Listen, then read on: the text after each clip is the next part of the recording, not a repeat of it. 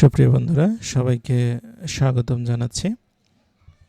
এখন আমরা আলোচনা করব কারিগরি শিক্ষা অধিদপ্তরের অধীনে অফিস সহায়ক ও ক্যাশ সরকার পদে 10 মে 2024 তারিখে যে পরীক্ষা অনুষ্ঠিত হয়েছে তার গণিত অংশের প্রশ্ন সমাধান নিয়ে। আমরা ইতিমধ্যে বাংলা এবং ইংরেজি অংশের প্রশ্ন সমাধান আপলোড করেছি। আপনারা যারা দেখেছেন বা যারা দেখেননি দেখে আসুন, আশা করি ভালো লাগবে। তা আমাদের চ্যানেলে তৃতীয় এবং চতুর্থ শ্রেণীর চাকরির প্রস্তুতির অনলাইন কোর্স চলমান আছে। আপনারা চাইলে স্ক্রিনে দেখানো নম্বরে যোগাযোগ করতে পারেন।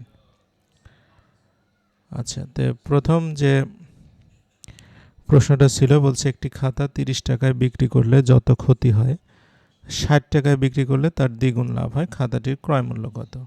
আচ্ছা, তার মানে এইদিকে লাভ হচ্ছে 1 গুণ, ওইদিকে ক্ষতি হচ্ছে 1 গুণ, ওইদিকে লাভ হচ্ছে 2 গুণ। তাহলে এই মাঝখানে যে পার্থক্য 30 টাকা, এটা হচ্ছে 3 গুণ। তাহলে ক্ষতির পরিমাণ হচ্ছে 1 গুণ, মানে 10 টাকা। তাহলে ক্রয় মূল্য হবে 30 টাকা, 10 টাকা যোগ করলে 40 টাকা। আচ্ছা, 22 বলছে যে এক হালি ডিমের দাম 48 টাকা হলে 9টা ডিমের দাম কত? এক হালি 48 টাকা মানে 48কে 4 দিয়ে ভাগ করে 9 দিয়ে গুণ করলে হবে, অর্থাৎ হচ্ছে 9 বারং 108। 23 বলছে যে একটি বাক্সের দৈর্ঘ্য 2 মিটার, প্রস্থ 1.5 মিটার, উচ্চতা 1 মিটার হলে বাক্সটির আয়তন কত? আমরা জানি আয়তন হচ্ছে দৈর্ঘ্য প্রস্থ উচ্চতা গুণ করলেই হবে, অর্থাৎ 2 গুণন 1.5 গুণন 1 অর্থাৎ 3 ঘনমিটার হবে। 24 হচ্ছে 1 মিটারে কত ইঞ্চি? এটা হচ্ছে 39.37 ইঞ্চি।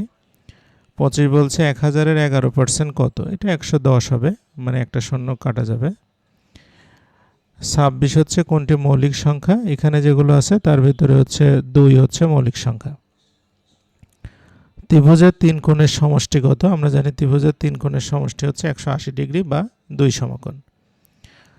28 বলছে ক্রয় মূল্য বিক্রয় মূল্যের অনুপাত 5:7 হলে শতকরা লাভের পরিমাণ কত? তাহলে লাভ হচ্ছে কয় টাকা? 2 টাকা। 2 টাকা লাভ হচ্ছে 5 টাকাতে, গুণন 100, তার মানে হচ্ছে 40% হবে। 29 বলছে x + y = 7, xy = 6 হলে x² + y² এর মান কত? আমরা জানি x² + y² এর সূত্র হচ্ছে x + y² - 2xy। তাহলে এখানে 7² - 6 দোকানে 12, অর্থাৎ হচ্ছে 49 থেকে 12 বাদ দিলে 37 হবে। 30 বলছে একটা ত্রিভুজ একটা পণ্যের ক্রয় মূল্য এবং বিক্রয় মূল্যের পার্থক্য 120 টাকা, 20% হার লাভে দ্রব্যটির বিক্রয় মূল্য কত? আচ্ছা, ক্রয় মূল্য আর বিক্রয় মূল্যের পার্থক্য হচ্ছে 120 টাকা। এর মানে হচ্ছে এই 120 টাকাটা হচ্ছে কি? আমাদের লাভ। তাহলে এই লাভই হচ্ছে 20%। তাহলে আমরা যদি এই লাভটাকে যদি 20 দিয়ে ভাগ করে 120 দিয়ে গুণ করি, তাহলে আমাদের বিক্রয় মূল্য পেয়ে যাব। 100 দিয়ে গুণ করলে ক্রয় মূল্য পেয়ে যাব, আর 120 দিয়ে গুণ করলে বিক্রয় মূল্য পেয়ে যাব। তাহলে হচ্ছে এটা হবে 720 টাকা। 31 বলছে ত্রিভুজের যে কোনো দুই বাহুর দৈর্ঘ্যের অন্তর তৃতীয় বাহু অপেক্ষা কি? এটা ক্ষুদ্রতর হবে। দুই বাহু বিয়োগ করলে তৃতীয় বাহুর থেকে ছোট হবে।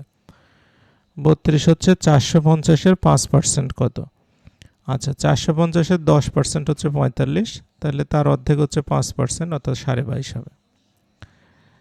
33 বলছে যে কোন সংখ্যার দ্বিগুণের সাথে 5 যোগ করলে 17 হবে? তাহলে 17 থেকে আগে 5 বাদ দেব, দিয়ে 2 দিয়ে ভাগ করব, অর্থাৎ উত্তর হবে 6।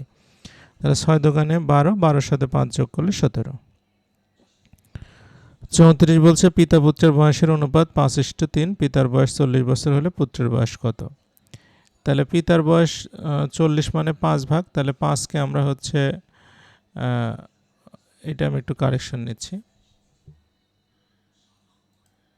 আচ্ছা, এখানে বলছে যে পিতা ও পুত্রের বয়সের অনুপাত 5:3, পিতার বয়স 40 বছর হলে পুত্রের বয়স কত? তাহলে এখানে আমাদের পিতার বয়স হচ্ছে 40, তাহলে 40কে আমরা যদি পিতার অনুপাত হচ্ছে 5 দিয়ে ভাগ করে পুত্রের সাথে গুণ করি 3 দিয়ে, তাহলে এটা হবে হচ্ছে 24 বছর। আচ্ছা, 35 বলছে সামান্তরিকের কোণগুলোর সমষ্টি কত? সামান্তরিকে যে 4টা কোণ থাকে এগুলো যোগ করলে 360 ডিগ্রি হবে, অর্থাৎ 4 সমকোণ। বৃত্তের ব্যাস বৃদ্ধি পেয়ে 4 গুণ হলে ক্ষেত্রফল কত গুণ বৃদ্ধি পাবে? বৃত্তের ক্ষেত্রফলের সূত্র আমরা জানি πr²। πr² যদি হয় তাহলে এখানে আপনার হচ্ছে r এর যেহেতু স্কোয়ার হচ্ছে, তাহলে 4 গুণ হলে এটা 16 গুণ বৃদ্ধি পাবে। 37 বলছে ধানে চাল ও তুষের অনুপাত 4:1, এতে কি পরিমাণ তুষ আছে? তাহলে টোটাল 5 ভাগের ভিতরে 1 ভাগ তুষ আছে, তার মানে 20% তুষ হবে। একটা চাকা ঘন্টায় 1000 বার ঘুরে 72 সেকেন্ডে চাকাটি কতবার ঘুরবে? 1 ঘন্টায় আমরা জানি হচ্ছে 3600 সেকেন্ড, তাহলে 1000কে আমরা 3600 দিয়ে ভাগ করে 72 দিয়ে গুণ করলে হবে হচ্ছে 20 বার। 39 বলছে একটি বর্গক্ষেত্রের ক্ষেত্রফল 400 বর্গমিটার হলে পরিসীমা কত? বর্গক্ষেত্রের ক্ষেত্রফল 400 বর্গমিটার মানে এটাকে রুট করলে আমরা এক বাহু পেয়ে যাব 20 মিটার, আর পরিসীমা মানে 4 বাহু, তাহলে 4 বিশং 80 মিটার। আচ্ছা 40 বলছে দুইটি সংখ্যার অনুপাত 5:7, তাদের যোগফল 216 হলে বৃহত্তম সংখ্যাটি কত? যোগফল 216 মানে হচ্ছে 7 5, তাহলে হচ্ছে আমরা এটা 12 দিয়ে ভাগ করব, করে 7 দিয়ে গুণ করলেই বৃহত্তমটা পাবো, অর্থাৎ এটা হবে 126। তো সুপ্রিয় বন্ধুরা, এই পর্যন্ত ছিল অঙ্ক সমাধান। আমরা বাংলা এবং ইংরেজি আপলোড করেছি, সাধারণ জ্ঞানও আপলোড করব, আপনাদের সে অবধি সাথে পাবো। এতক্ষণ সাথে থাকার জন্য সবাইকে ধন্যবাদ।